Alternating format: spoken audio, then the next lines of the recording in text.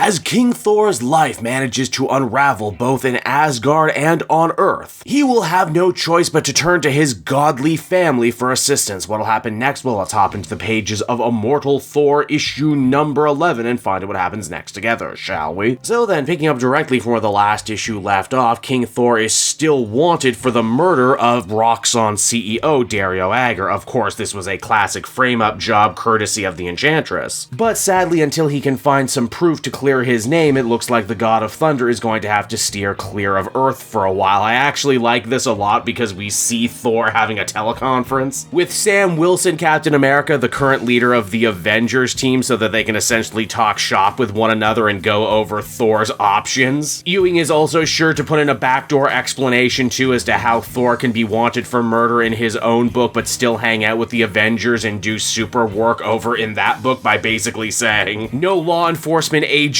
on Earth would dare arrest Thor while he was hanging out with the other Avengers, and honestly that's a great explanation. Not just in this particular story, but literally every time a superhero is framed for murder, which happens like a lot, sometimes multiple times for certain characters. Now that King Thor is basically barred from returning to Earth for a while, it means he has all the time in the world to see to issues involving Asgard. For this, he has seen fit to unite all of his siblings. Some of these characters you'll of course recognize right away, like Loki or Angela of the Angels. Maybe even Laussa, Thor's youngest sister, a character who I always forget exists and here is being shepherded by Hermod, the god of speed, messenger of Asgard, and a mostly forgotten 70s creation from Roy Thomas.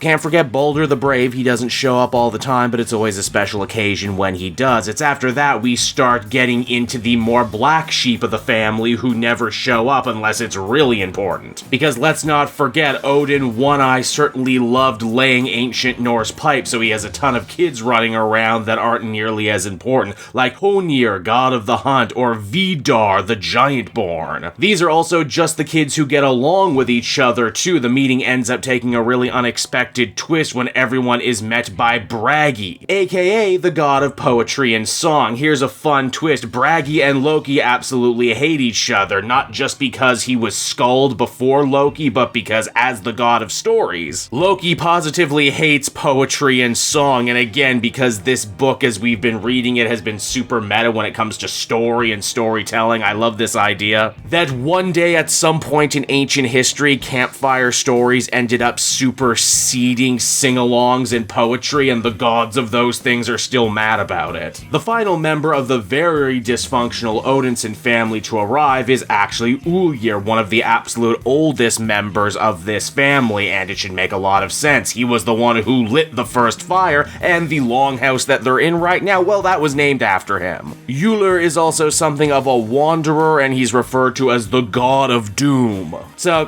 basically he's the uncle who ends up ruining Christmas dinner every year. It's actually Ullr who ends up noting that one face is surprisingly absent from this meeting of the children of Odin, and that is actually Tyr, ancient god of war. As Thor explains, Tyr isn't just missing from this meeting, he seems to be missing from, well, all of existence. He sent his ravens to look through the many realms, he asked Sif to use her amazing sight from the Rainbow Bridge to look, and they all came up with nothing. And the reason for that is that Tyr has gone somewhere completely different. He has gone to a metaphysical realm known only as the In-Between, home of the In-Betweener. Oh great, now I have to explain who the In-Betweener is. Okay, so basically he's yet another 70 cut. He's an ancient, all-powerful super being. He's basically the embodiment of different cosmic forces that are diametrically opposed, smashing into each other like chaos and order, darkness and light, etc., etc. This character basically sat on the sidelines in Marvel for decades, but he's recently come back in a big bad way because Hickman is using him for his own God series right now. In fact, when Thor and his siblings manage to make it into the In-Betweener's realm, they come to the realization that Tyr must be stuck inside one of these Skinner boxes. No, really, they're actually called Skinner boxes. Like the old animal conditioning experiments that tried to weigh punishment and reward. The In-Betweener uses the boxes pretty much in the exact same way to try and reprogram and recondition god-level beings throughout the Marvel Universe. It's also around here too, Loki's guilty conscience ends up getting the best of them, and they're forced to blurt out that they're actually part of the reason that Tyr is stuck here right now, because if you recall, the last time we saw saw Tyr. He was actually something of a bad guy working with an ancient evil force known as the Ravnos. Thor had beaten him, Loki had locked him away, and then Loki kinda ended up losing Tyr. Oops, don't you hate it when that happens, when you lose your godly brother? It's actually Honir, god of the hunt, who ends up deducing that another big reason why they can't find Tyr right now is seemingly he is in 2 different places at once, which is of course impossible. Or at least it would be for any other type of person anywhere else in the universe. Eventually it's actually Hermod who thinks he might very well have found the Skinner box that Tyr is being kept in.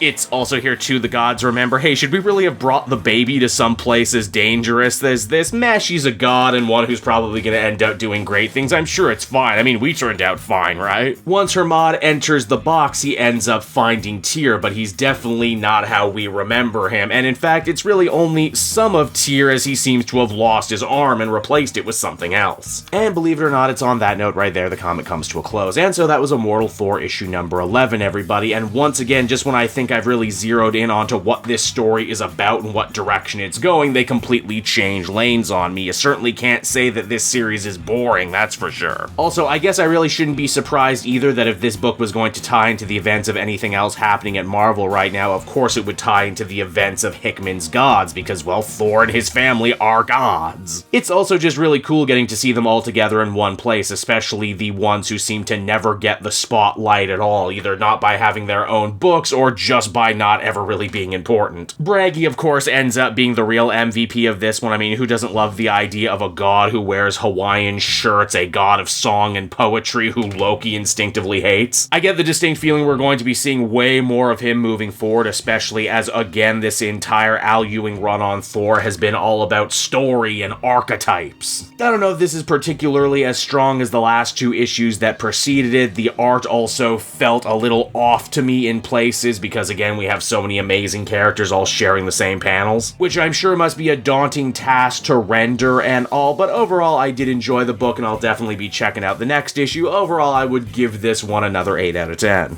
Hey there everyone, it's your pal Cape Joel again, and if you're seeing my face right now, that means you watched to the end of the video, and I'll always be grateful for that. Retention helps in this crazy YouTube game, and so does becoming a patron. If you head on down to the description, you can find a link to my Patreon page. Recently just redid all the tiers, a lot of cool stuff offering up there, exclusive commentaries, exclusive polls, behind the scenes concept art for Capes and Quest, that's the brand new D&D show I've started soon. Never been a better time to become a patron. You can become a patron for as little as $1 a month and help the channel grow and, help me continue to deliver content like what you just saw. So I want to thank you all, and I will see you again next time. Bye-bye.